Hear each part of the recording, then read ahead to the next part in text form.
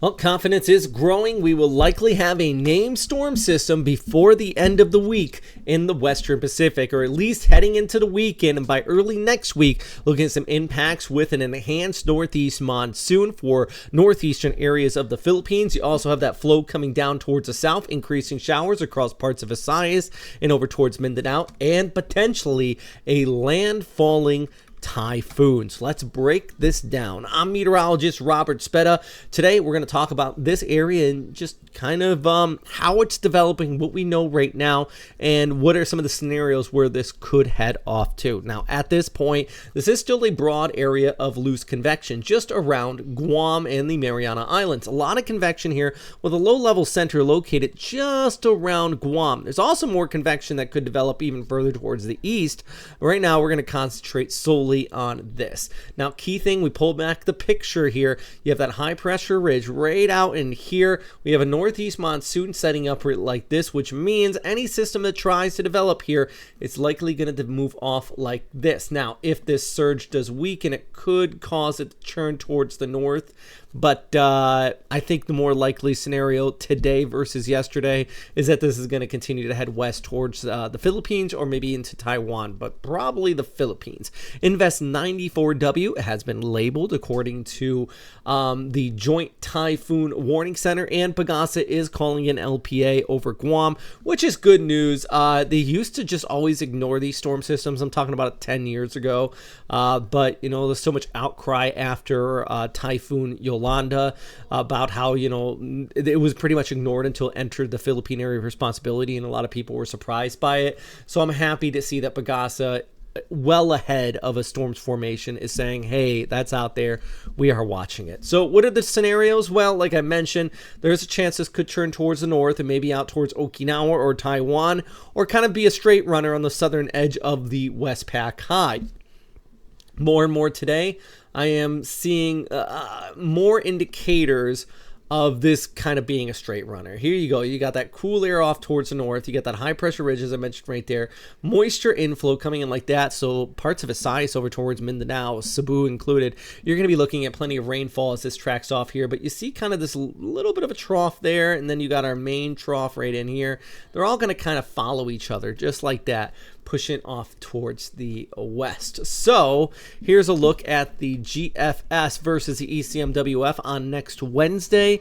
Yeah, these are the two different scenarios, with the GFS mainly enhancing that northeast monsoon and kind of edging north, while the ECMWF keeps it a tighter storm system, still enhancing the northeast monsoon, but coming onshore. And we can actually compare that up here, which is showing the precipitation with the ECMWF, and compare it up with the GFS, a much broader, wider storm system. But let's look at the winds here for next Wednesday. Both really pulling in that kind of cold surge here, just like that. So a wide-reaching wind field, a lot of impacts with this from that inflow and the flow back towards the north. I think this is going to be one of those scenarios where everybody for sure needs to continue to watch it. Now, I'll show you what the GFS shows here by next Thursday into Friday. Like I mentioned, pulling off towards Okinawa. I also mentioned at the top of this video a secondary storm that could develop. That is a possibility. But then we go back to the ECMWF Tuesday over towards Wednesday, that passes over the Philippines and then tightens up back here just west of Luzon, while a secondary storm does develop too. So look at that. Dual storm systems potentially out here by next weekend. Still a long range out though. Key thing, really high chance of development. I think we're going to get a named storm system. I don't think that anybody is going to be surprised here when that happens over the upcoming days. I'll stress that again. We're going to have a named storm system in the Philippine Sea. The question is exactly where it will go. It will enhance this cold surge, as you can see here, over the weekend, bring in some cool air across Okinawa, Taiwan, into the northern Philippines. But the question is, how tight and how strong could it get before it does impact Luzon here, if it impacts Luzon at all. Let's actually take a look at the, well, this is that cold surge pushing towards the south. I want to stress that, and this is why I do think more of a straight runner type storm like this is likely, or maybe right in here, just kind of showing you that flow wrapping around. So yeah, there's there's a couple impacts. Now, I say this early, and I try to give you the best and earliest forecast I can.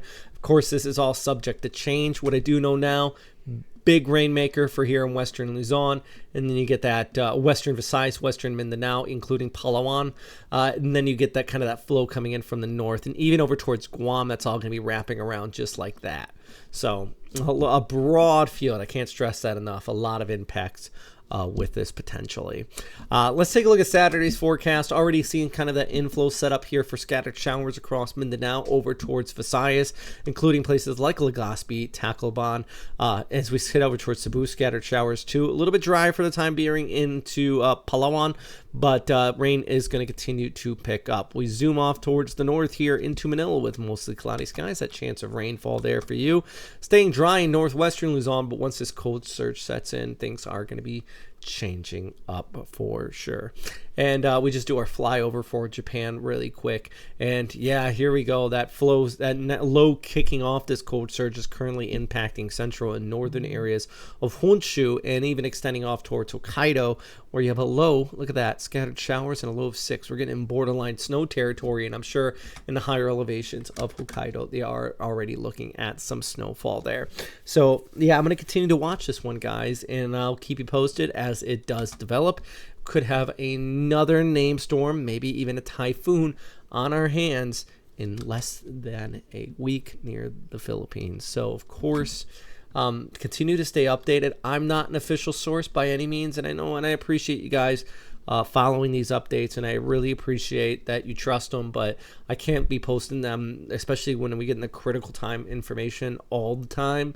So use my updates as informational purposes, but make sure you continue to check in with your local government, of course, Pagasa, JMA, wherever you get your information from, the Guam National Weather Service for our friends in Guam, just on the latest and most current and recent updates. So number one thing, though, right now, as always, is stay safe out there, and I hope you have a great day wherever you are.